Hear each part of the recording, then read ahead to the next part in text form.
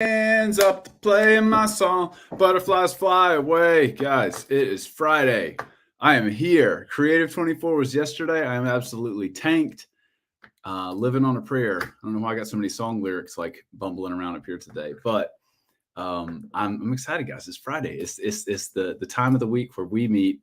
And if you guys didn't get enough talking heads yesterday, talking about church creativity in the conference, here we are. If you guys have no idea what I'm talking about, I'll drop a link below. But Creative 24 was yesterday. It was fantastic. But we're not here to talk about that. Welcome to another episode of Freelance Fridays, a show where creators get together and we ask them one big question. I'm joined, as always, by former emo maven and current doodle guru, Ashley Ulmer. Doodle guru. I'm gonna change that. That's gonna be like my profile. Doodle guru. Like, and I also feel this hesitancy to ever say like illustrator, like with my stuff. I'm like, yeah, I don't really illustrate. Like I make little doodles and little packs that go along with logos. Like I make icons. Yeah. But as soon as somebody says, "Oh, you're an illustrator," like I have this piece I want done. I'm like, I've currently got a project that is pushing the limits of my skills. It's a bunch. It's actually fascinating. It's a you know how like youth camps will have teams? Yeah. And so, or like tribes or whatever they call them. Well, this is like a massive youth camp out on the East Coast that they're treating each team as a logo project, and they want like vintage style ones and like badge and like the slick modern one and the icon, like a whole set of stuff. But then like the keystone piece of all of these is like a like full like true like illustration mascot style deal. And I'm like, all right, guys, just so you know, like here's the best I've done in that category up to this point. Like let's figure this out together. That's the funnest stuff to work on. It is. I'm really pumped about it. And I think it's also fun too when you get on a project where like it's a lot of work and it's really hard, but it's worth it. Like it makes sense for them that we're doing this. Like that it's not just, you know, like all this sweat and effort for 40 teenagers at camp. Not that, you know, every precious lamb is precious in God's sight, but still, it's just one of those things. Like I know they will use every inch of what I'm doing. Yeah, for sure. For merch and all kinds of stuff. It's gonna be cool. Yep. We got Raz, we got Josh, we got Zeke up in the chats. How are you guys doing today? I can't believe you guys are joining us again. I know some of y'all burned the barn down last night with the conference thing. That was a grind. I'm tanked. You were there, like, because I know you hosted it, but obviously, like, your little segments were pre-recorded, right? Or did you do those live? No, so I spent most of earlier this week like recording the segments. Okay. And then, or I should say, like a big chunk of Tuesday, and then yesterday I was still like in from like 11 to like 1 a.m. like moderating and like being available for whatever needed, all that kind of good. Did you? This is a funny question, but did you wear the same outfit for your videos as you were live? See, I noticed that because that's what made me that tripped me up because I was like, "There's no way he's doing these live." I was like, "He planned it. He planned his outfit." It's that next level thing. I wore the same clothes 3 days last week when I did like test shoot and then the full set, and then I did it again for the other. Ashley, we had 3 guests that I was very excited about this week. The stomach bug. And now we have one guest that I'm very excited about this week. Yeah. I'm pumped too. And honestly, like this is the guest is Austin Pluskot. For those of you who might have heard of this guy before, he's done creative direction podcast, show, whatever you want to call it, similar to this, whatever this is, a show, podcast, through Pro Church Media. He's been at camp. Actually, I'll let him introduce himself in just a second. But yeah, Kary got the stomach bug, and then Luke Tharp was supposed to join us, and then he had like one of those like do or die, cannot miss like meetings pop up like out of nowhere too. So we're sad that they're not here, but honestly, Austin is the reason we're covering this topic today. Yeah. Ash, what's our question? Honestly, we'll be fine without him. We don't need him. Like, we're good. We got Austin. Just kidding. Sorry, guys. Especially if they're tuning in live, we don't even need you. Who cares? We don't about even need you. guys? Like, it's fine. Like, we have Austin. We're good.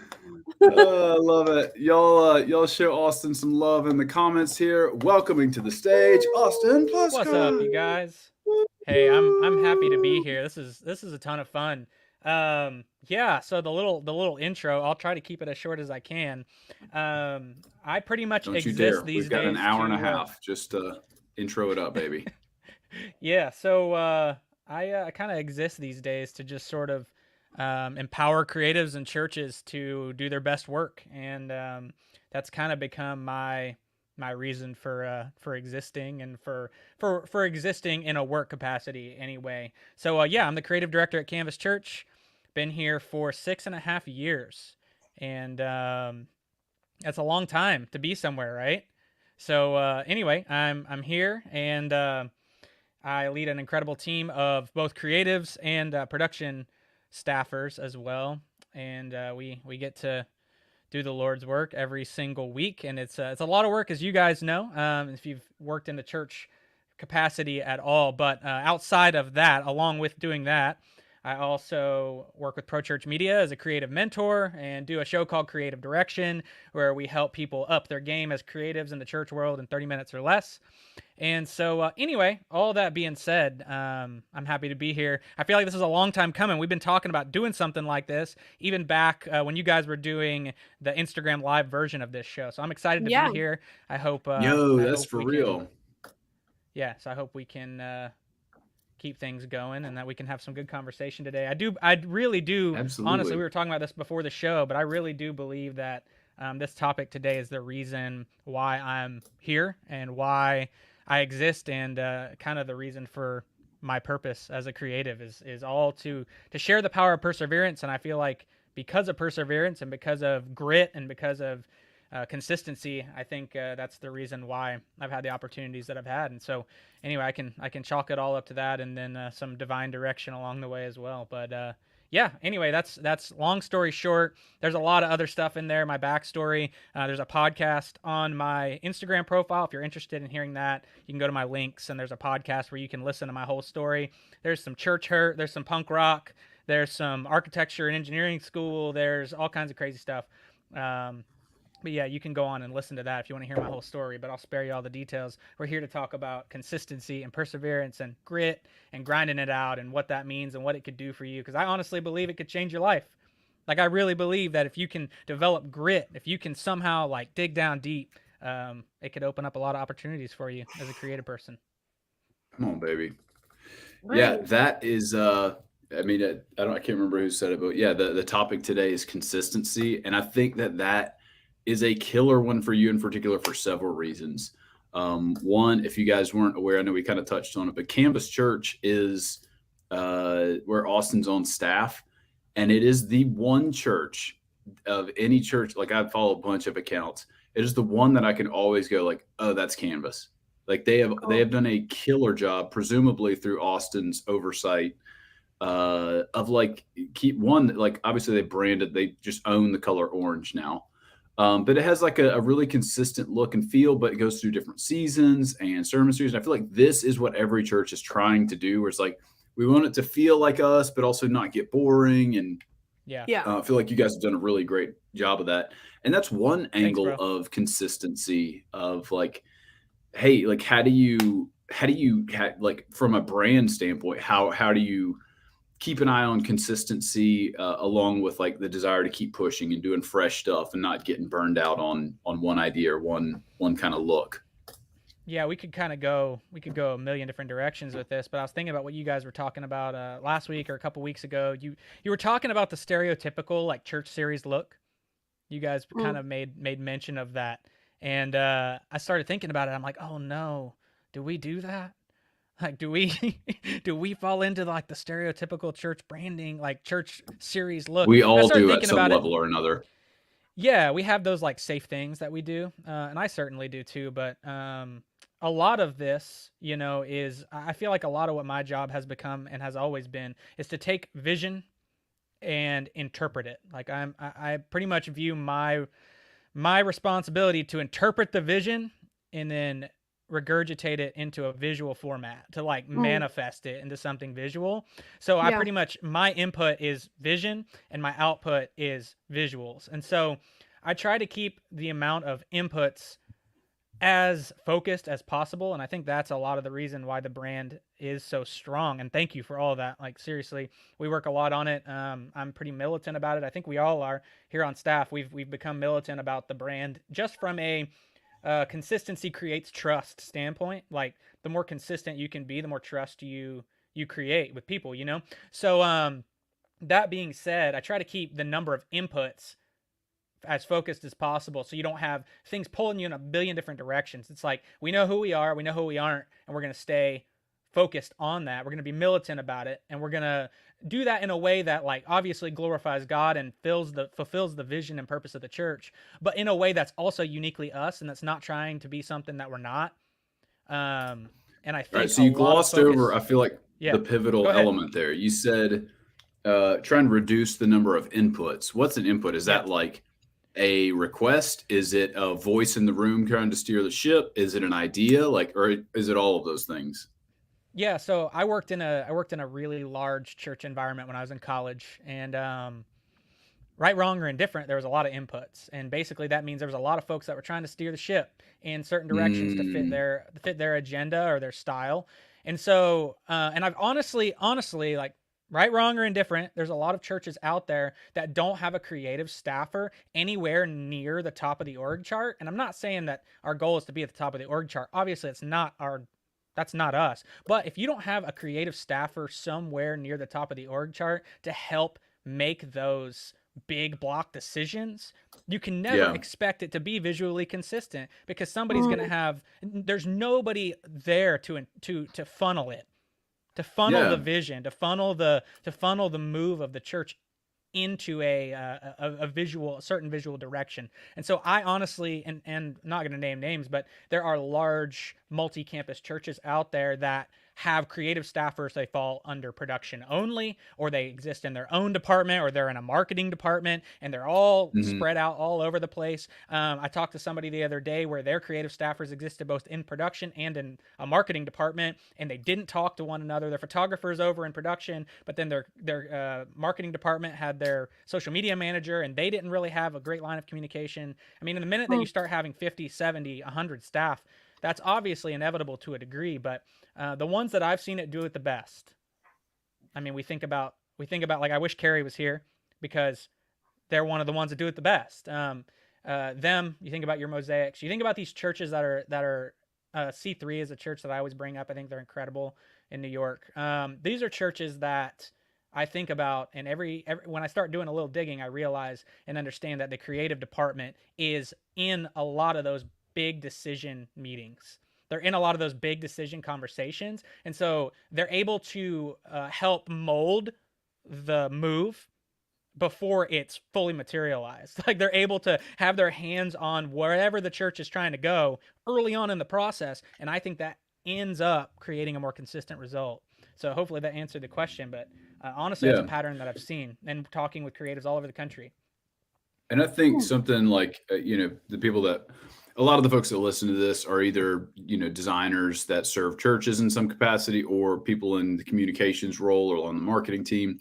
Yeah. And you're like, yeah, that sounds cool in theory. But like, how do I get a little bit more of that?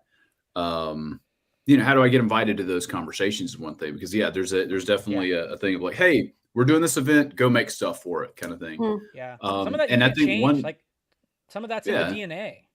Some of that's leadership. Well, I also think it helps to have that conversation where you say, hey, I'm not asking to like decide if we're doing this event or not, or any of those things. It's just like, let me be there early in the, like, anything that touches my department, anything that touches visual. Like, if you want things to look consistent, if you want things to work better, if you want things to be under budget, this is the best way to get there. It's like, let me speak into my little piece of it at least. Rather than just trying to be higher on an org chart arbitrarily. No, yeah, for sure. It's all about communication. It maximizes your efficiency in the use of your time, and it minimizes miscommunication. So yeah, absolutely. It's one of those things that I think too is set by the vision maker the key vision leaders in the organization. I think they're the ones responsible for deciding and orienting the creative department in wherever they choose to do so. But I always go back to Mosaic. I read an article or listened to a podcast way early on where I found out that in Mosaic's like core values and beliefs, right? One of their core values is that we were created by the creator to create. Like that is in their core, like tenet beliefs as a church. It is in their core values. And so obviously the creative department is important. Yeah. And it's one of those things. It's like when you make that a priority, when you make this visual representation, this visual manifestation of your vision a priority, it's always going to work out better for you. And that's not to say that the creative department's more important than the connections department or than your whatever. It's not to say that at all. It's just like you said, it's like the funnel. It's like if the creative department can be involved at the top of the funnel, it's going to help the output be more excellent and more consistent every time. And it's going to be the most efficient use of your energy, and it's going to minimize miscommunication and minimize frustration. It's going to make creatives feel important, which I feel like I hear all the time. I don't feel important. I don't feel valued. I don't feel like I'm doing anything of worth here. I just think that this might be a little bit of the secret sauce after talking to creatives all across the country. So anyway, that's my hot take on it, but that's where I'm at. Cool. And I'm interested for us to even kind of pivot the conversation about consistency to those like Josh and myself who work for ourselves. Like we don't have a team we work for. Like, so how important it is for us to be consistent even in our own work and even to have that that principle kind of set for us. Because like for me, looking at it from the mindset of, I'm a freelancer, I work from home, I'm a stay-at-home mom, but I also I work from home and all that. How consistency is so key to me is like one thing that's really important to me is that helps me kind of stay driving forward is the consistency in being creative. So like whether that daily making a design just for fun, whether it's for work or not, or if it's me creating something in the home or doing a project with the kids or drawing with them or something, that's super important for me to stay consistent with creating, because if I get off of that creative horse, I guess it takes, not that it's hard for me to get back on, because I think that's part of my like DNA is I'm creative and I need to create. But it's kind of like working out. Like if I don't work that muscle out every day, then it's harder for me to get back on that train. And I think by that consistency of being creative, that helps my work for client work. It just makes it flow better and it makes me, do a better job. Oh, for sure. I mean, Josh, 100%. What would you have to say about that? Like as far as, because that is the conversation. How do you stay creative over a long period of time when the work never dies down, the deadlines never stop? For us in the church world, 7 days is not that long, y'all. Like 7 days comes every 7 days. Sunday comes every 7 days. Like we're pulling something off every 7 days. It's an unrelenting thing. You know what I mean? So what about that for you? How do you stay consistent? Yeah, that's you definitely got to feed the beast. And if you're on staff at a church, it's, Sunday morning. If you're trying to land gigs, it's Instagram or, paying your mortgage. Like, if I would sometimes like, man, it'd be nice to take like a 6-week sabbatical, but like that feels so out of reach just for a litany of reasons. And I kind of look at this through two lenses. One is where I'm at now, where there is so much to do. How do I make sure I can like marathon run through this thing? Like, how do I make sure, like, I don't want to like sprint and kill myself and ship 4 logos this week when I've got to do 2 more or 3 more next week. So like knowing like yourself and your workflow, and like, I've got to take a Sabbath. I've got to take a break. I've got to rest, because like I've powered through plenty of weekends, and the to-do list looks better, but then it resets the next week and you've got to show up again. And then you're starting the week on an empty tank. But then on the flip side of that, so like you got like, I am busy, you got to pace yourself. And then on the flip side of that is, what was I doing when I didn't have enough work? And like, it was optional for me to, like I had 2 projects a month or whatever. And so then you are willpower, like forcing yourself, like I got to like go spend the hour to go make this social post. Because like, and like you get 20 likes for it and you're like, this feels terrible. I don't want to do this, but it's so much harder. Like you were saying, Ash, to like get back on the horse after you didn't post for 2 weeks, knowing that's where the jobs are going to come from. And I think that's part of it for me. I know everybody's wired a little bit different, but I have a fairly rigid expectations for myself about like what happens in a week. My schedule itself can be somewhat like flexible, but like I am going to post 3 times a week on social media. I am going to have this many hours, like my butt in the seat at the desk, either working in the business or on the business or whatever. Like there's, you know, and so like back in the day, I was working a day job, had, you know, trying to like land stuff. And I was like, okay, Bright Cool is a thing no one knows about. How do I, you know, move the needle here? And rather than doing what the natural tendency is, like, I don't have any work to do, I'm going to go play Xbox or go like with my friends or whatever people do. I would say, no, I don't have any work to do. I'm going to work on the business until the work shows up to fill this time. Like I'm sitting in my living room from 8 p.m. to 11 p.m. 4 nights a week. And like, until that time is full of work, I'm going to do things to get the work with that time. So like consistency in a couple of different hats there. Well, I mean, you guys can specifically speak to this, but nobody's holding your freaking hand. Like nobody's holding your hand, forcing you to work. Like the bank might be, because you got a mortgage to pay, the power company might be, but nobody's going to hold your hand and say, you need to take a break, or you need to sit down and work, or you need to do this. And to a degree, that's true for almost anyone, unless you have like a really, really involved someone who's an overseer or manager or something like that. Yeah, I mean, for us here, like we're a relatively small team. There's 15 or so staff plus part-timers. And anyway, it's like, yeah, there's somebody making sure that you're hitting your deadlines, but nobody's going to force you to work when you're supposed to work or rest when you're supposed to rest. And so developing discipline. Nobody's checking in and being like, are you healthy? And rarely are people's further than that. Rarely are people saying, hey, is your week kind of like set up to where you're working at your best times? And not that's huge. Yeah, that's a huge thing.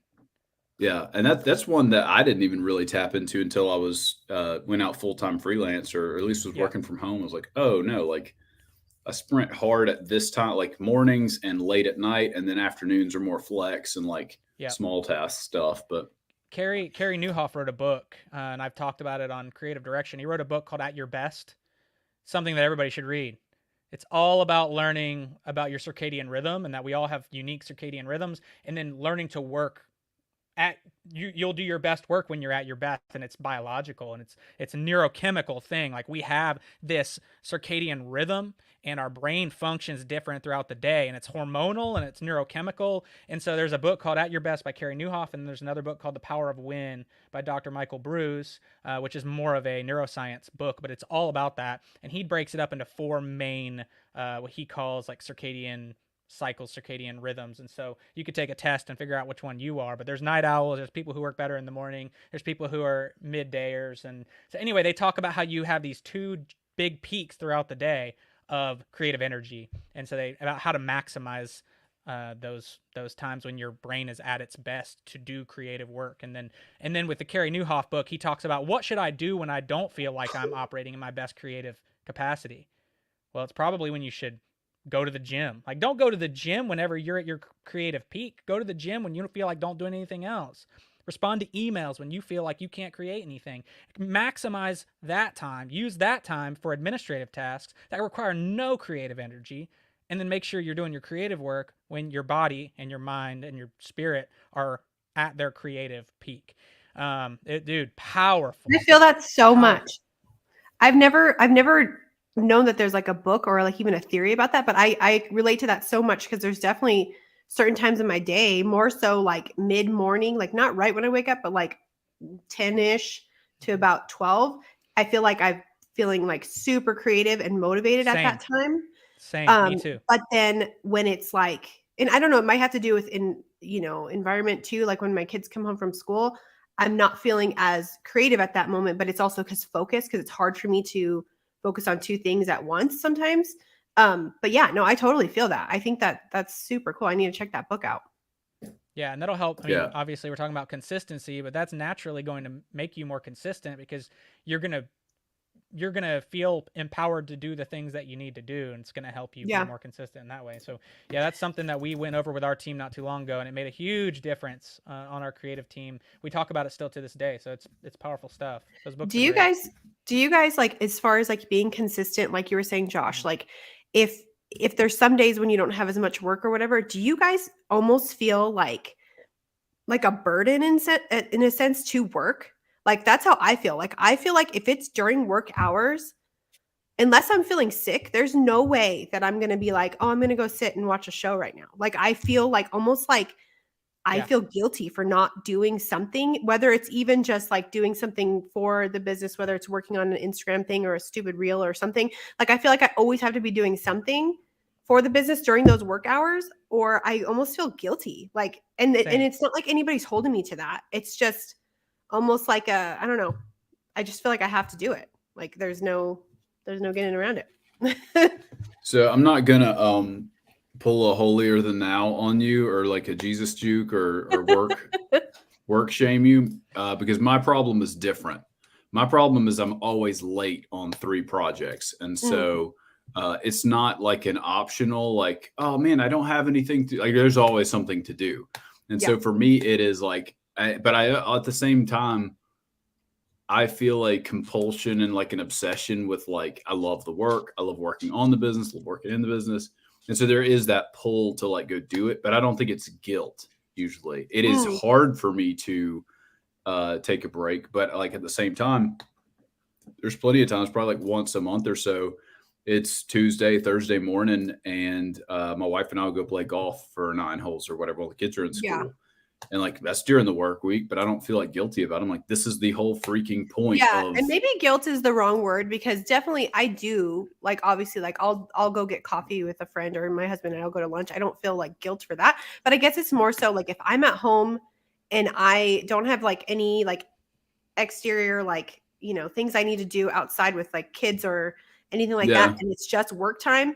If I'm not doing work, or I guess more so not even necessarily work, if I'm not being productive. Producing. Yep. Like if I'm not being productive in general. Now you're tapped into it, because it's Friday night and like I intentionally kept my plate clean of projects. And I'm like, that's just gonna have to wait till Monday. Yeah. And then I go into like, that thing's broken.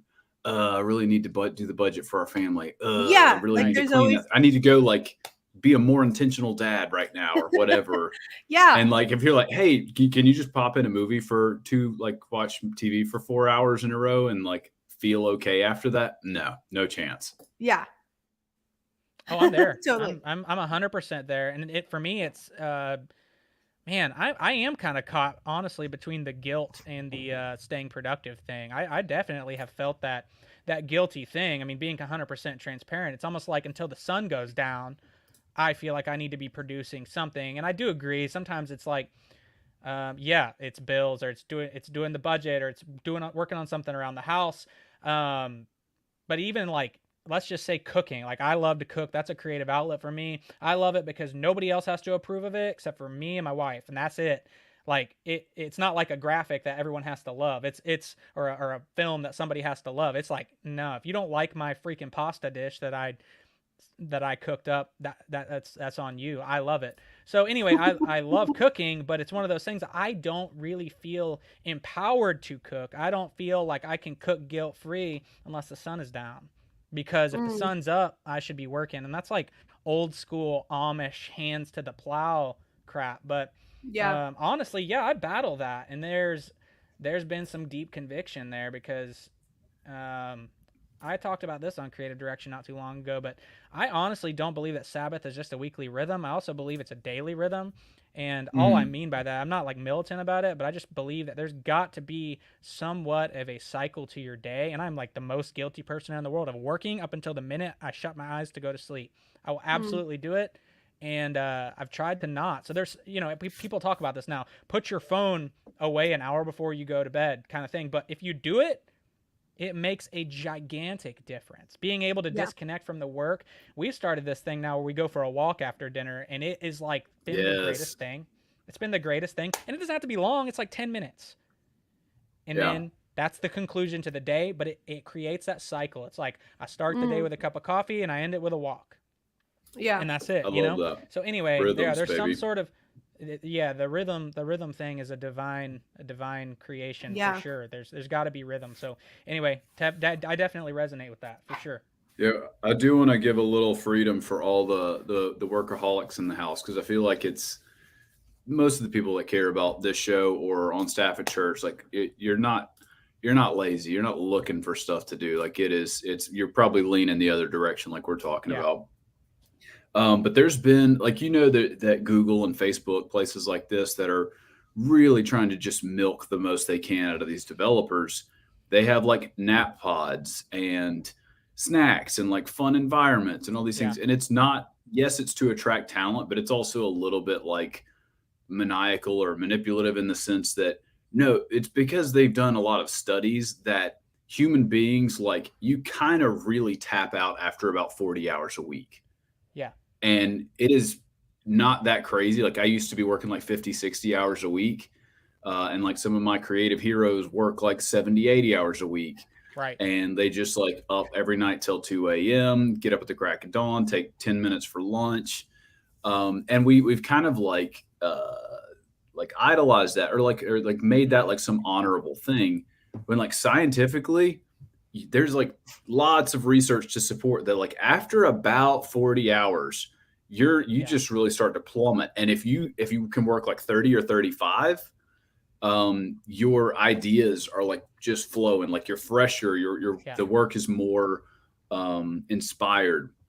Now, am I saying all this to like your notes for this podcast or show is like, all right, I need to go to my senior pastor and tell him that I need to be at the executive level team and I need to be working 30 hours a week. Josh and Austin and Ashley said so. Like, that's not the takeaway. But I really try to, like, rather than start with like a to-do list, so like I've got a bucket that's this big. Here's my list of stuff that needs to get done. How much of that can fit in there? And kind of work backwards from that and try to keep my hours around there, because I can tell a distinct difference when I go back and look at my hours for the week. Like, oh, this felt like a 50-hour week. Like, I hate everything right now. So yeah, that's my pitch: is track your time, figure out where it's going, and then try to like stay under budget on your on your. Because I will say, like, I'm definitely consistent in the way that I feel like I'm always working, but I do struggle with time management though, because even like sometimes I'll be working on stuff throughout the day and I'm like, this is not a priority right now. Like, a priority is this project that's due in 2 days. But I'm bad about prioritizing what should be done first. So then at the last minute, I'm rushing a lot of times. But I do feel like I'm always working and it's always like helping the business or helping what I'm trying to achieve. But it's hard for me to, I guess, put in order like what should be done first and then things after that. You know what I mean? Like, I don't know. I struggle with that. But then I do feel like I am consistent in that I work well under pressure. So I don't want to kind of mess that up either, because I like kind of having that pressure on me because it makes me work better. I don't know. Do you guys struggle with that? I have a thought on that. So why is it that, I mean, I'm just going to go ahead and speak for creatives everywhere. I feel like we're all kind of in that boat to some extent. But for me specifically, maybe Ashley, you'll resonate with this. When I'm under the gun and I have a deadline and I can feel the pressure and I can feel the weight, why is it that I feel the most motivated to work on the things that I'm not usually motivated to work on, that aren't even actually what the deadline concerns? Like, I'm more passionate about the things that's like, oh, I really need to update that website. Oh, and I have a great idea for it too. But there's this sermon series, all these assets that are due in 7 hours. And but that's 7 hours from now. I can make some headway on this website. I'm never motivated to work on the website. So I'm going to go ahead and do that while I feel like it. Why? I feel like there's got to be some reasoning for that. The way I look at it is I feel like if if a deadline is coming up, or not even deadlines coming up, but I know like, hey, I need to get this girl's illustration done like by, today. Like if I have almost that burden in a sense, it makes me feel almost like overwhelmed. So then my brain is like, well, I don't want to focus on that because that's making me feel overwhelmed. So I'm going to just focus on this instead. Like I'm going to work on, designing, t-shirts that I'm going to release in 7 months from now. Like, it's like, I don't need to do it right now. I just, like you said, you feel more motivated and more inspired in that moment. Cause I guess the brain is like, well, I'm still being productive, but I'm not being productive or I'm not being like efficient with my time. I don't know. Yeah.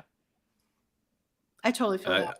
I feel that for sure too. It's like you got your midterm due tomorrow, and so this is the time you choose to deep clean your room. Yeah, it's like also a hard thing, but it's like this feels like the best time to do this. Yeah, for sure. It's still productive, but it's productive procrastination.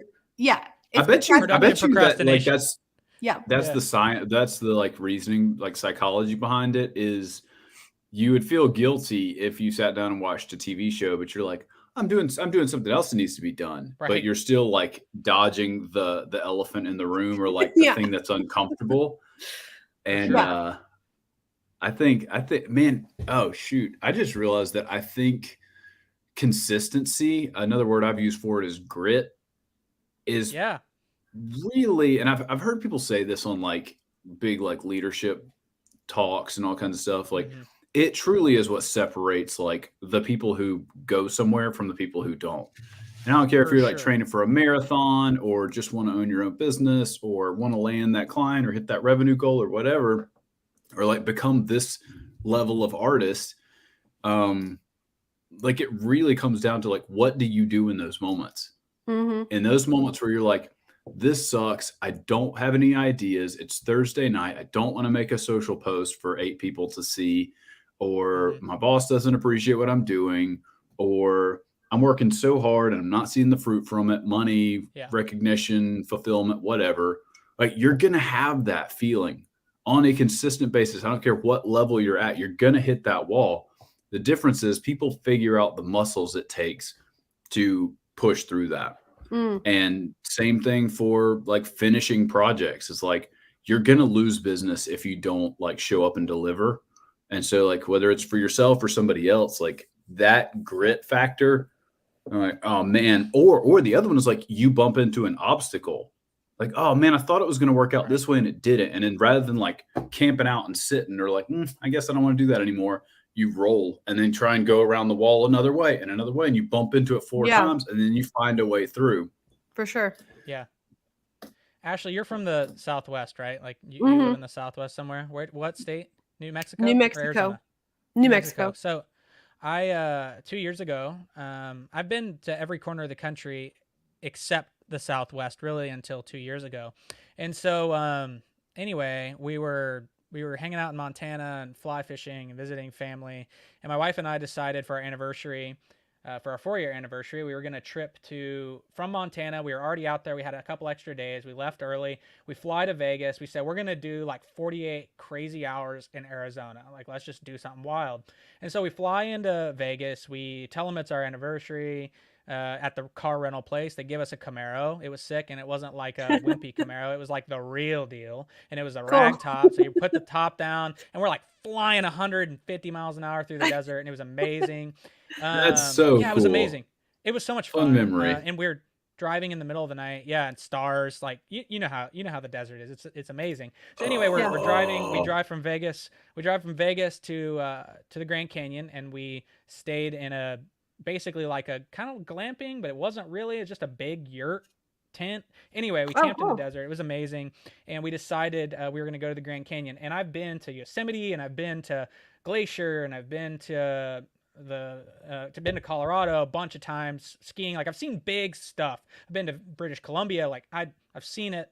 I've seen Mount Baker and the Pacific Northwest. Like I've seen big stuff. Well, I'm getting jealous. So I expected to be kind of underwhelmed by the Grand Canyon, which is kind of crazy because you see pictures of it. Like, how could you be underwhelmed by that? But I was like, how is this gonna like compare to El Cap or to Mount Baker? Or to Ron Swanson says that is the only acceptable time to cry. Well, I'll tell you when you're at the Grand Canyon. Yeah, that's and honestly, I thought that was hilarious too until I actually had the experience, and now I totally understand that, and I resonate with it, and I had an emotional experience when I saw it actually. And I feel like a picture, everybody's like, "Oh, picture doesn't do it justice." Like, yeah, we know that's true, but honestly, there's something even more to it than that. And I'll tell you what, I was next door at Doxa this morning, hanging out with the staff and the crew, and my wife's the general manager there. And anyway, we were hanging out with the crew, some of the baristas, and we're just talking about this topic today. And I told them, I said, when I went to the Grand Canyon, I thought about the Colorado River, and it didn't hit me until, a couple of weeks after the fact that the Grand Canyon, obviously we all know, was carved out by the Colorado River. The Colorado River runs, it has carved away all that rock through erosion over time, all of the years. It's crazy. It's an act of God. It's unbelievable. But I've never really thought about the fact that the Grand Canyon is still getting deeper. Like, it's still getting deeper right now.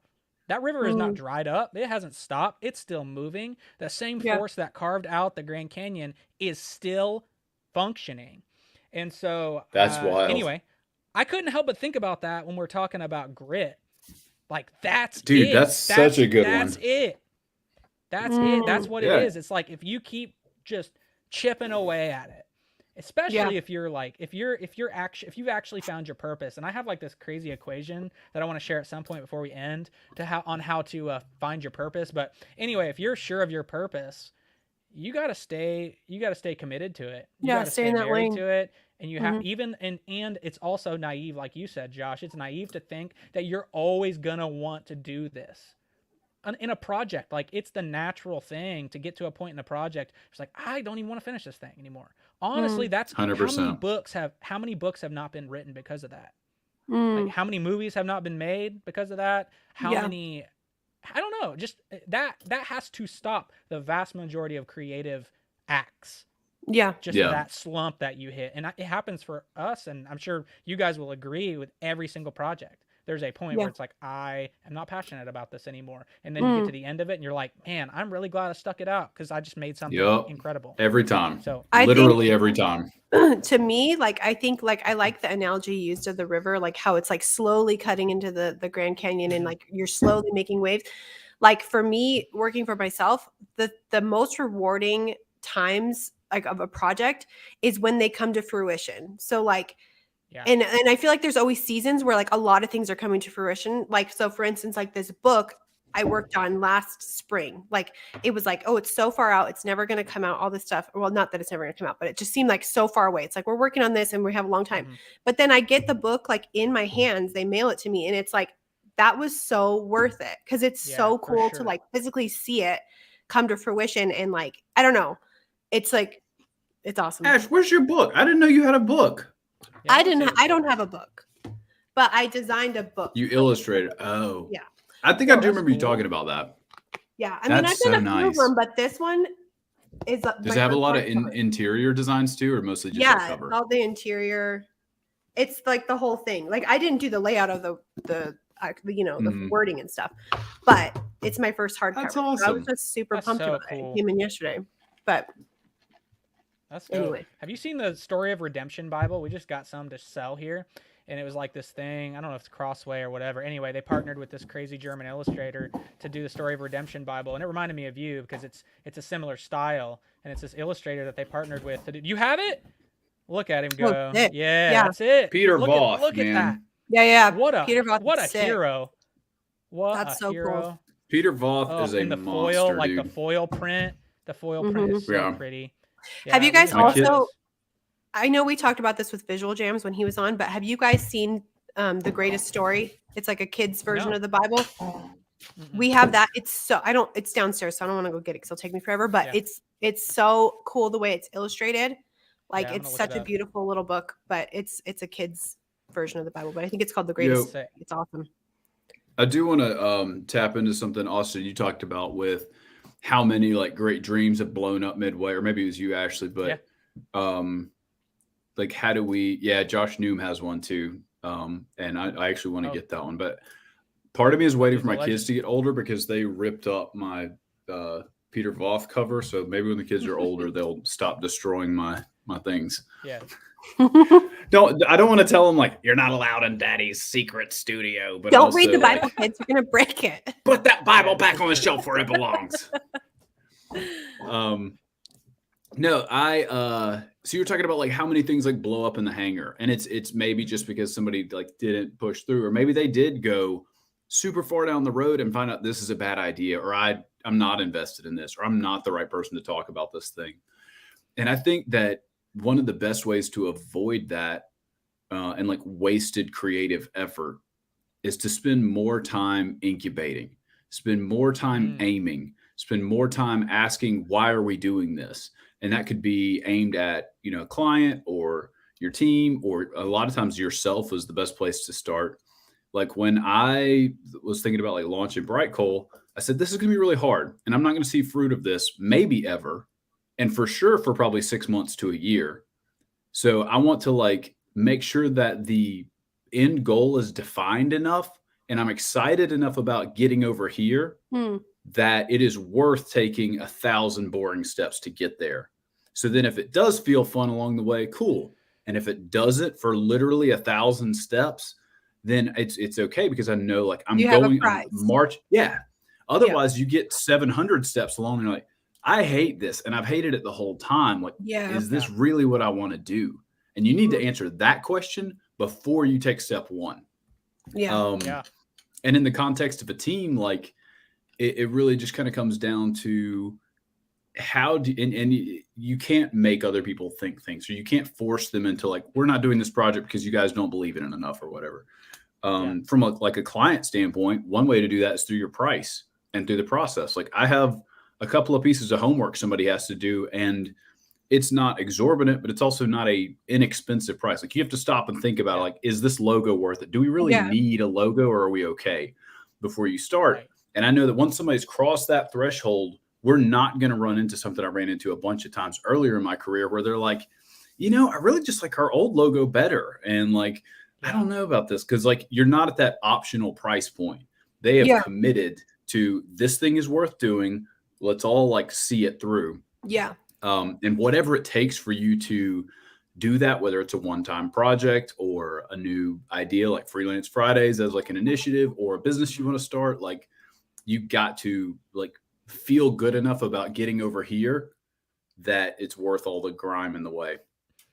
I did an episode on creative direction a couple weeks back, and I essentially broke down the creative process into 4 steps.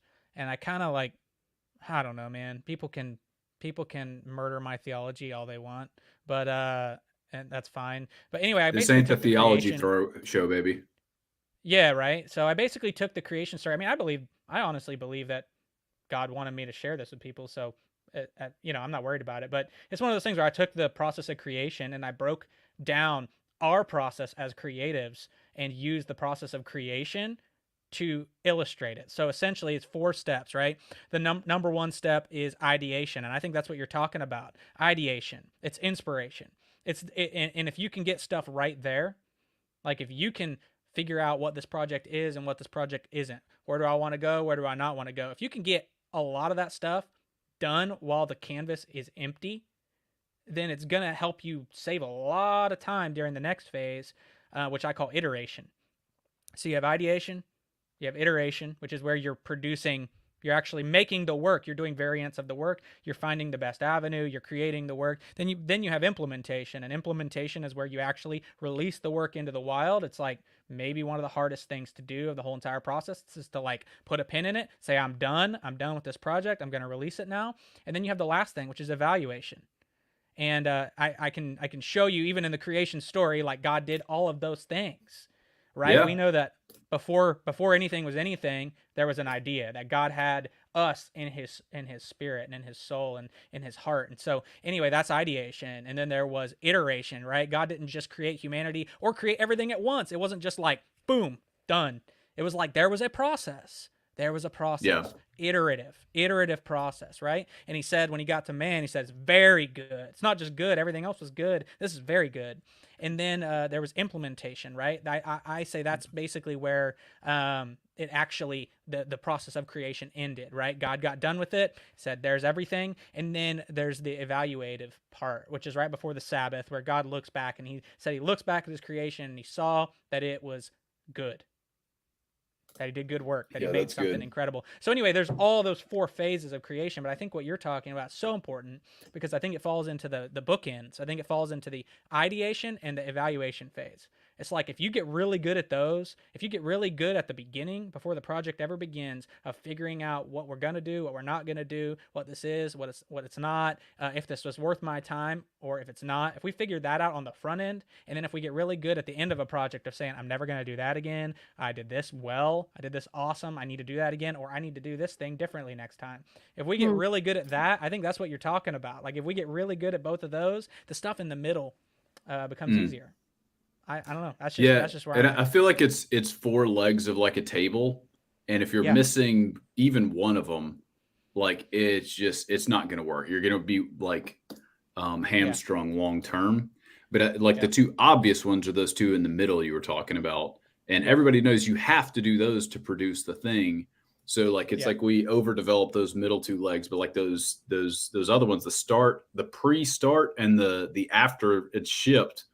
Like you spend some time, like you got to be more intentional about those, or our natural tendency is not to really invest a lot in that part of the deal.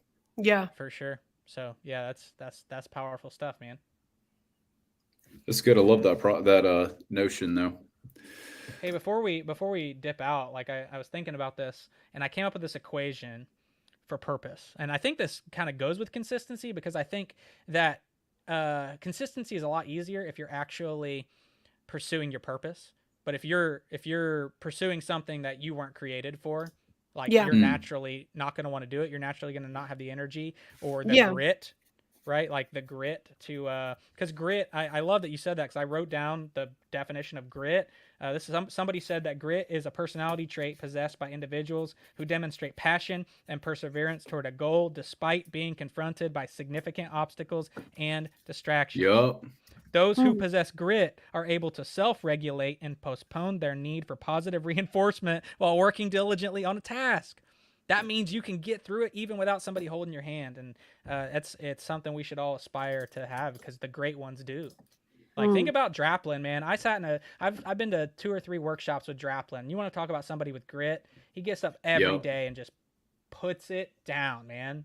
And to a fault. Like there's nobody in the world who will talk more about health than like knowing when to stop than that guy, you know. But anyway, all that being said, this whole thing, this grit thing is important, but I think it's easier to develop grit if you're moving towards your purpose. And so I came up with this equation, and I shared it with the Doxa crew, all the baristas over there earlier. I shared it with them. I said, do you feel this is true? And they're like, oh my God, I never thought about it that way. So anyway, I said that purpose is where your talent, your passion, and your circumstances intersect. So if you think about it for a second, you think, number one, what am I passionate about? Okay, I'm passionate about a lot of things. I'm passionate about baseball, but I don't have the talent for baseball. Also, my circumstances, I didn't get offered a scholarship out of high school to play baseball, so therefore I am not a Major League Baseball player. Like, there's 2 things I'm 33 and a father. Like, yeah, exactly. Not time for that, right? Yeah, exactly. So I'm missing the talent and I'm missing the circumstances in order to make that happen, even though I got the passion for it. But if you think about those 3, like, what gifting do I have? What am I passionate about? And where has my life led me? Because we were talking about this over there, and I said, I'm really passionate about architecture. I have an architecture background. I feel like I'm talented. I do a lot of rendering work and interior design. Like, I feel like I'm talented. But my life has not led me to a career doing architecture in Milan or in some other, giant like my life just has not led me in that direction. The church world kind of chewed me up and spit me out when I was in college, and because there was a church somewhere after all of that came alongside me and said, we believe in you still, despite all your doubt, despite all your shame, despite all your guilt, whatever you have, like, despite all that, we believe in you and your creative ability, and we would love to have you here. That's my circumstance. So then you have my passion for creativity, you have talent to be able to create at a proficient level, and then you have the circumstances of life. Where has life led you? And if you get all of those three, if you draw the Venn diagram, so to speak, and you find out that little sliver in the middle, that is your purpose. That's your purpose. I love that.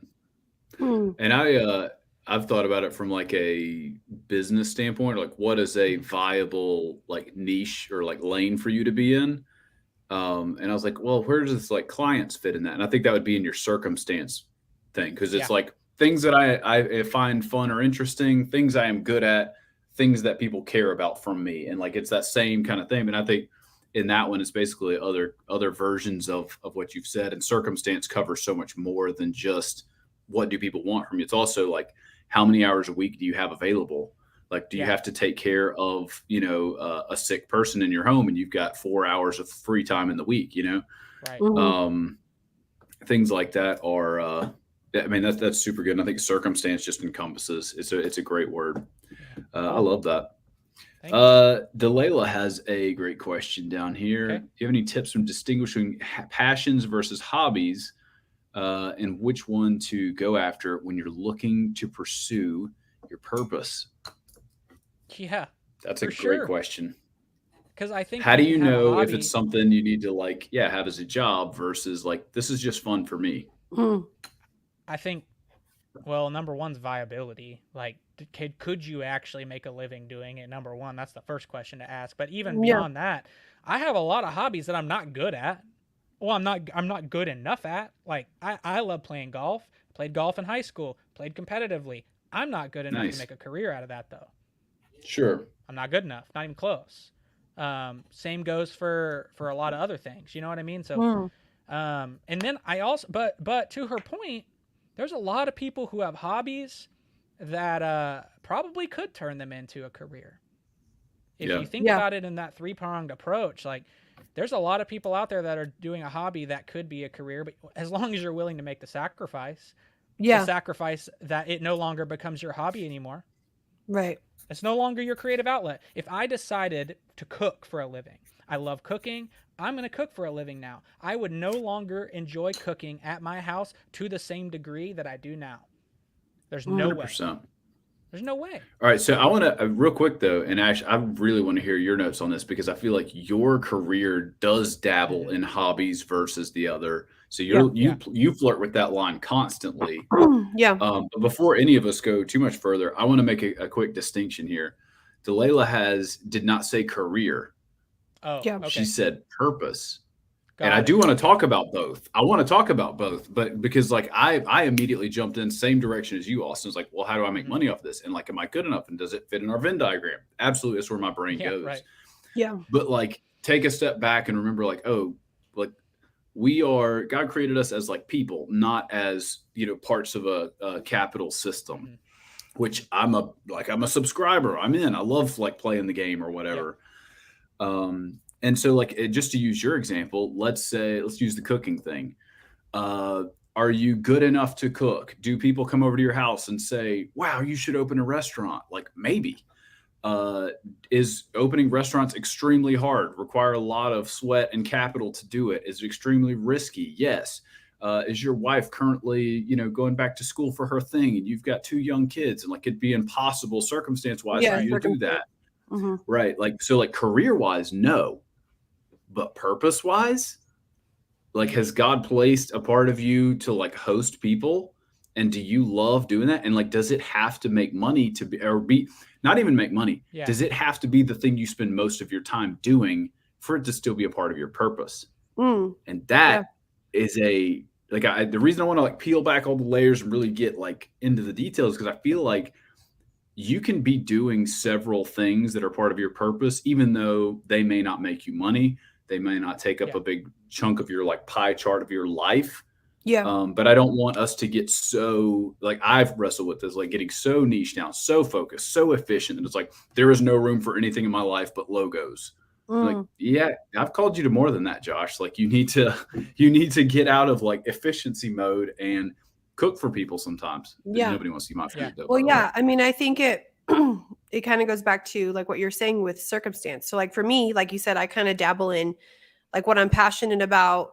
So like what I'm passionate about is my hobby. So like designing and drawing and like making things, that's my hobby. So even if that wasn't my career, I feel like that's where my purpose is. Like that's the way God wired me. That's the way, you know, I'm created.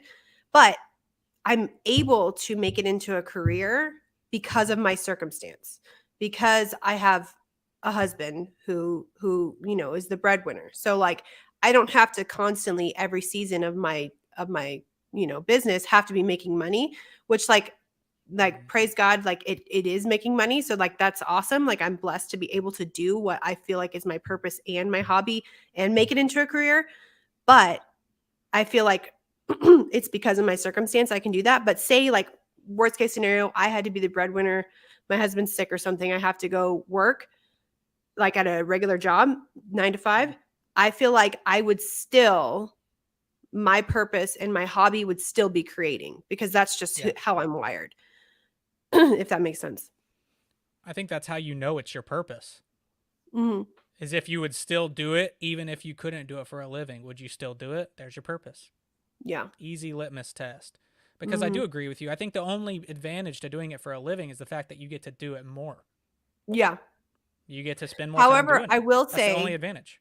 Yeah, I will say this though. Like when you can make it into a career, I feel very rewarded in that. So like my you know, passion and hobbies make money, so I feel fulfilled in doing that. Yeah. So if I say worked 9 to 5 at a bank and then in the evening I'd come home and make designs and I wasn't making money for it, I could say I would still enjoy it, but I don't feel like I would be as fulfilled if I wasn't making. I wouldn't feel as like affirmed. I wouldn't be like, "Oh, well this people actually like appreciate it," because if no one was buying it or no one was seeing it or liking it or anything, I would still enjoy making it because that's my passion, but I wouldn't feel as like affirmed, if that makes sense.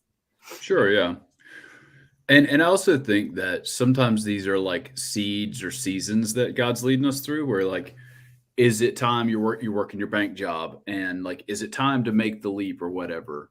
And the answer to that changes based on where you're at. Like there was a season where I was doing what I'm doing now, like I was saying, for 3 hours a night, basically every night of the week. And I was so content. I was excited. It was perfect because the dream or the passion or the thing that might have been like my future purpose did not have to bear the weight of my family's health insurance plan when it was too young to support that, right? It was too, and had I said like, I'm unhappy, I'm dying inside every day that I'm not doing this full time, and like I prematurely pushed our family into that, it would have been bad. It would have like crushed the dream. It would have been inappropriate, and like it didn't have time to like grow up and be what it needed to be. And I think you constantly, and this is where like I think if you got a relationship with God, it helps a ton if you're constantly doing that check-in, like, hey God, like is now the time. Like I am uncomfortable. I am feeling some of those labor pains. I wish I was not working a day job and was, you know, doing my dream full time, and like, not yet. Like, okay, cool. You know, and then like, okay, now, and then, you know, all right, cool. Like internally, externally, everything is headed in the right direction. Yeah. There you go. I was mentoring a kid. I was mentoring a kid years ago. And when I say kid, I mean, he was 5 or 6 years younger than me, but I was mentoring someone, and we had like an open dialogue of conversation, and it was okay for me to be real honest with him. And he told me, he said, I will never, ever work a job that I'm not passionate about. And I said, oh God, bro, that's rough, because sometimes you have to work a job that you're not passionate about so that you can do the thing that you're passionate about. There is no golden ticket. Yeah. There's not like the fact well, that you could, that, I mean, you see people that make that choice. So they're like, I'm going to be an actor. I'm going to die, or I'm going to become a famous actor. Like Chris Pratt's story, like he lived in a van in Hollywood and probably like waited table. Like he was dirt poor and hungry and did it. But like, right you're there, then you said sacrificing, you're sacrificing comfort and other options to do the thing. But you're like, I want to have it all right out of college. And like, you know, doing construction cleanup made me appreciate what I do more now. But 100%. Like there's, and it gets you prepared, because even in your dream gig, like you're in your sweet spot, life is good. there's going to be hard days. There's going to be plenty of days you Yeah. still don't want to show up. Bring it all back Yeah. full circle to consistency. I grew up on a farm. I learned hard work by Okay. shoveling manure. I learned hard work by shoveling manure, and that's like that's not just a hyperbole. Like that's legitimate. I realized real quick that this is not what I want to do for a living, but I'm gonna have to do it right now because it allows me the ability to go home after work and get on my pirated version of Photoshop and make some doodles, like, you know, and make some punk rock It puts album the fire cover. more in your belly too. Yeah, You're like, yeah, you're thinking yeah. all day while you're shoveling, you're thinking about the other thing. Exactly. All right, we got a great question now here from Sling Sawdust. What advice would you give to someone who's older, switching careers into design? I've got an answer, but I want to hear from you guys. Ashley, you first. Oh gosh. I don't know. This is hard for me because I started so young. Mine. Yeah, same. I guess it comes back to like passion and you know, I don't know. Like if you're feeling passionate about it, I think it's worth taking the leap. I don't know. Maybe I'll kind of ricochet off of you guys. Got you. I don't know what to say. Well, my thought on it was there's definitely more liability. It's tougher. It's like let's just say you're great at golf, but you don't start playing the sport until you're 18 years old, and everybody else who's great at golf started when they were 8 years old. You are naturally behind. And that doesn't mean that you can't do it. It just means it's harder. And I just think, and that's not a discouragement. I'm not discouraging this person whatsoever. In fact, I'm encouraging it because it requires more grit. Like if you're going to make it happen, it requires even more drive, even more initiative, because you have more on the line. Like you said, you have, you know, when we're in college, for what, you know, we may not have the same liabilities as we do when we're older, and there's family members and there's spouses and there's kids and there's all of that involved. It's got to be harder. It's got to be harder to make a switch like that. So that's my thought. 100%. Yeah, that's true. Because like when I put in the early days of the grit and stuff is when my husband and I were newly married. We both had like a young business, and we had literally beans in we didn't have like any money, but we didn't have kids. We didn't have like many bills. Like, so it was the perfect time to put in those hours. So it would be a lot harder. Like if I'm thinking about it, I'm almost, I'm 35, almost 36. If I was just to start right now, like in my season of life, like being a mother, having all these obligations outside of it, it would be a lot harder. But if you find that purpose and that passion in it, I think it's worth it. Yeah. Agreed. All right, Josh, give us your magic answer. I disagree with both of you. Age is just a number. We're not talking about trying to play outfield for the Dodgers. We're talking about graphic design, boys and girls. And so, like, I do think you guys have made some reasonable assumptions about life circumstances. When somebody is older, you probably have a mortgage, you probably have a family, but that's not for sure. You could be in a circumstance, where like maybe those things aren't a factor. But I guess maybe a better way to put it is my advice to you is identical to the 19-year-old asking this question, because I would say baby step.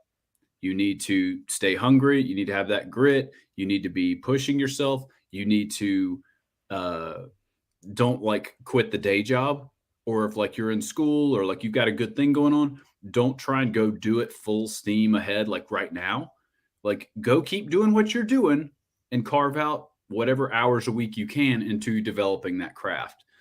And I do think that, 1,000%, Austin, somebody who has been developing a skill, pushing, trying, working hard at their craft for a decade, like they're 10 years ahead of you, and you're going to have to chase them for 10 years to catch up. But then I also look at examples like one of our previous guests, Edward's son here. I remember when this guy started. Like he's talented. So like this is his older stuff. You might look at this and go like, wow, that's amazing. It's solid. It's pretty strong, right? But then when you look at what he is doing now, oh, give me this little mouse. and like comparing the Yeah. caliber of what he's doing. And yeah, sure, he's blown up. He's got 1 billion followers or whatever. But and you would look at this guy and go, oh yeah, he's a vet. He's been doing this, 15 years. He's a senior designer somewhere. Like he's making all kinds of money. Yeah, those things are true, but they happened over the course of 3 years. When I met this guy, he was cranking out some dope stuff and he had just started. So he's got like a naturally good eye, but he also like, he is a lifelong learner. He is doing this stuff to push himself and learn his skills. And so he's in there, going through the baseball analogy, like he's in the batting cage every day because he just enjoys the game. He loves doing it and he loves practicing. But he did all this in I've worked in the industry.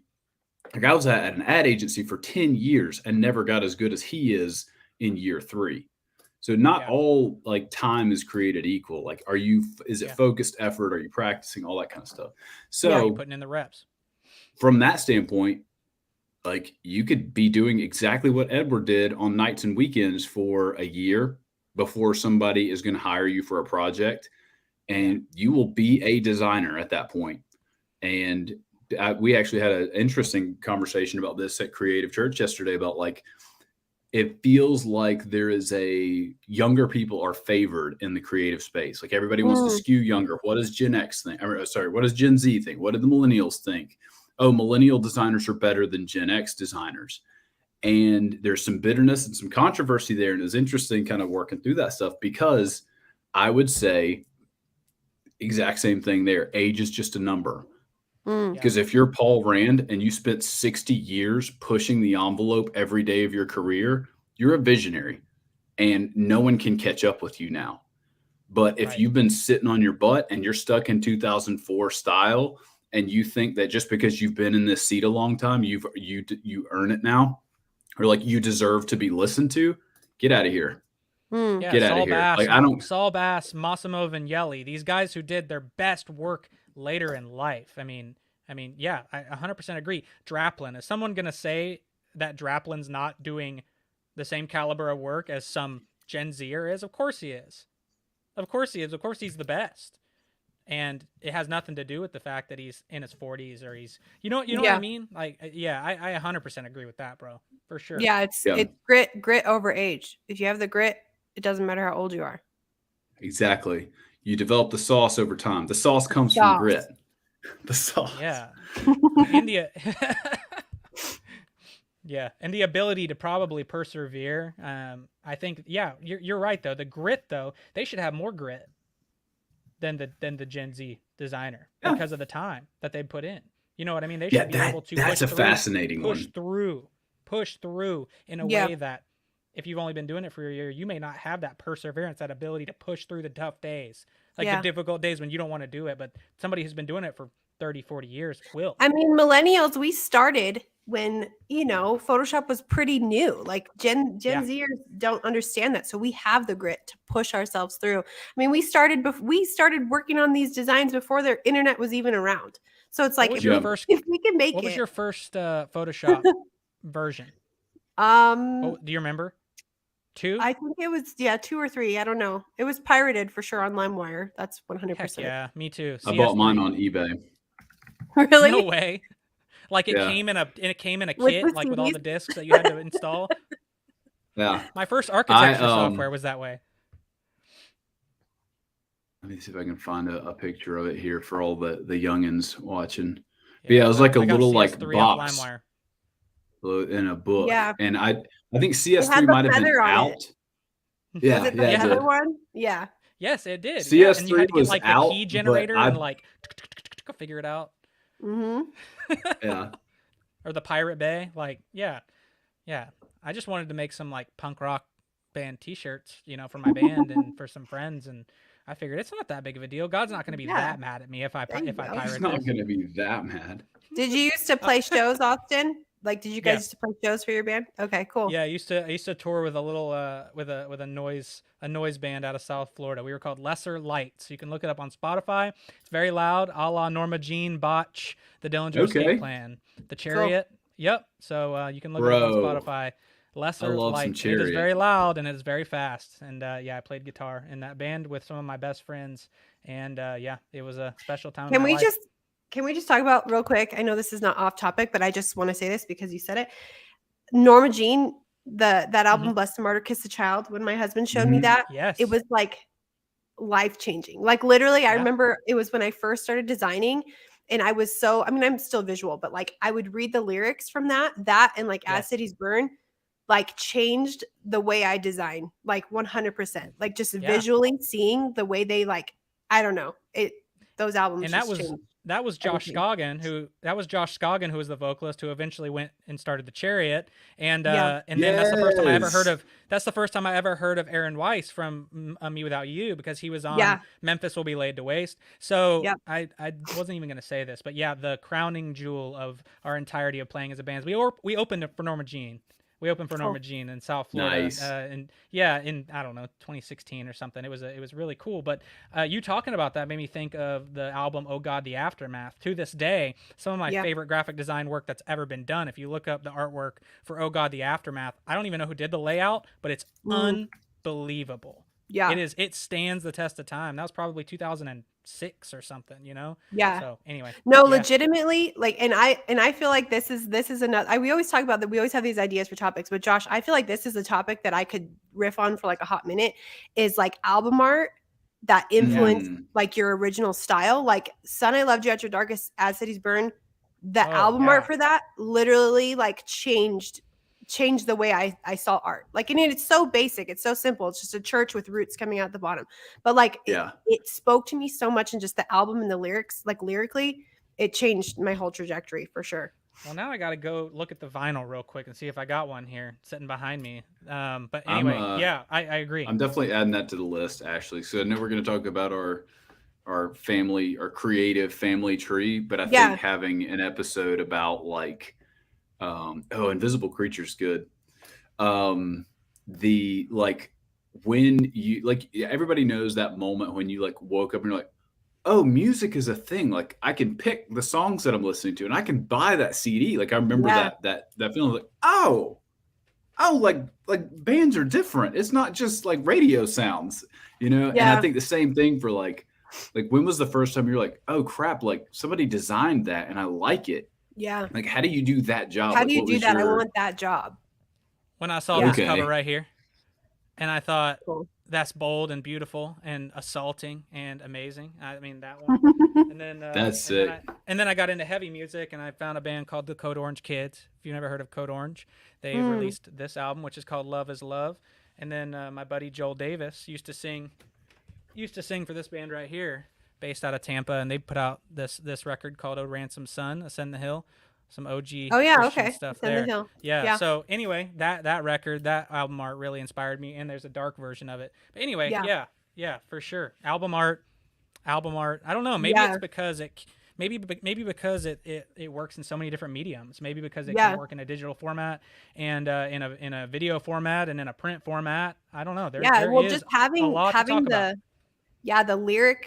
The lyric book with the art and reading the lyrics with it and listening to the music, it was like sensory like overload. Like it was like Showbread did a similar deal. Like they wrote like a soundtrack style thing, and they had. Did you just say Showbread? Yeah, literally. Showbread's sick. Josh Dyes I was obsessed, not like in love, but like obsessed with him. Like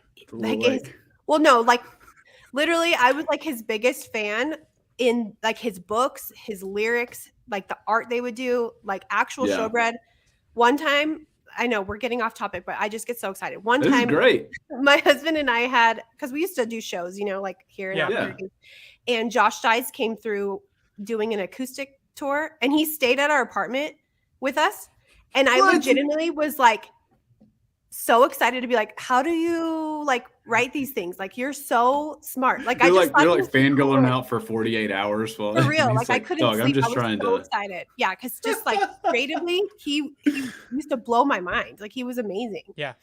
Showbread was like the Christian Blood Brothers. They were amazing. And that one record, I don't remember what it is, but it's so collagey there's collage happening. There's hand illustrated Yeah. stuff. What is that record? It's the big record. It's got like the deer on it, and it's like this. It's kind of like this cut up. Yeah. No, sir. Nihilism No, is. yeah. No, sir. Yeah, that artwork is dope. Yeah, it's sick. So good. Me Without You. I mean, that kind of stuff. Yeah. Yeah, I one of the things that I loved about that era of life too is being exposed to stuff for the first time. Like Showbread was disruptive in a way, and like I know, like you take any of these hardcore bands, they're like, oh yeah, of course, like they're loud and crazy, they push the amps over, whatever. But like Showbread, I remember they would like tell jokes in the set, and it was like it was stuff that like completely didn't make sense either. It's like, you can do that? Like you're like, yeah, like there's no rules. Yeah. And Me Without You did a show one time where they had like bouquets of flowers all over the stage, and it was like this crazy thing, and they would pick up these flowers and they'd just go to town, and Aaron Weiss would dance around with a bouquet. And it was this like punk rock aggression met like feminine I don't know, like it was like this whole thing, this, and it was like, indie, they bring plants out yeah. on stage. Yeah, it was so freaking crazy. Nobody had ever done anything like that. Yeah, nobody had ever done. They were Me Without You too. It was just life-changing for sure. All right. But now I listen to it and I can't get into it anymore. Like the music with Me Without You, I'm like, I can't. And Showbread too, a little bit. Like sometimes I'll listen to it and I'm like, yeah, it's cool, but I couldn't just sit and like jam that anymore. But I can go back and do like the hits, but it's so interesting, the ones that have like staying power. Like I can go hang out with the Chariot for a hot minute still. Yeah, I can do some August Burns Red for a couple hours. Yep. I can do Devil Wears Prada, but like like Showbread, I'm not chilling for an album, Yeah, for sure. I get that. That's because we lost our teen angst. We're not angsty teens anymore. Showbread had that album, The Jesus Lizard, I think. Yeah. Or it had a song. One of the songs is Jesus Lizard, and it's the album with like the like crocodile thing on it, and that made me so like inspired that literally like all the dinosaurs and stuff, that when Sean and I just got married right when that album came out, we named our dog Dinosaur because I was so obsessed with like just the visuals of dinosaurs and like how he was so cool. I'm trying to find it. There's I'm blanking on all the important reference points here, the song name and the guest artist name. But there was maybe you guys could help me. Chariot did one with like he's like a no-name rapper. Dan Smith from Smith. Listener, yes. And like that song. So like the song is nuts because obviously like the Chariot's going crazy for 10 minutes or whatever and like doing their thing, and then they've got a classical like harpist in there, and then they've got Dan Smith going on his little segment. And so like it sounds like you go to three very different places over the course of the song. For sure. But on top of that, there is a music video where they run through that whole thing live in a studio. And so the camera guy's like going to the different rooms and like it's all happening. It's not, edited in or whatever. I'm going to try and find that. Do you remember what song that is? Is it Speak? Yeah. No. It's a name. It's oh man, it's kind of a, if you read them off, all the songs on that record were names. I think it was off of Long Live. David De La Hoz. Yep, that's it. That's the one. All right. I'm gonna drop a link here in the chat. So I feel like we might there's two groups of people that are watching right now. They're either like fully invested and real hyped with us and like, yes, that was my childhood, or they're like, what is happening? I came here for design talk, and we're in. No, can I just say I'll wrap up our like old like emo angst. I thought it was so funny because did you guys like look at getting tickets for When We Were Young or anything like that, or even like briefly, but then it sounded like a scam, like ASAP. Yeah, like I had a bad feeling Armor about it. for Sleep now, and he was posting all these videos of backstage and everything.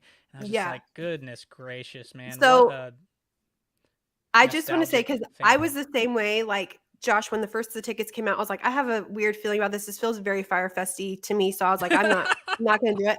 And sure enough, the day we were going to go was the day it got canceled last weekend because of the wind. But anyway, all that to say, like watching the videos. They actually played any sets? Yeah, it went through. Oh, like, really? Happening. Yeah. But no, that's the thing. That's the funniest part. Cause like my husband and I, cause like when it first came out, they're like, oh, we sold out in 4 hours, 80,000 tickets. And my husband and I are like, no way they sold that many tickets. Right. Like this scene was so underground. There wasn't that many of us.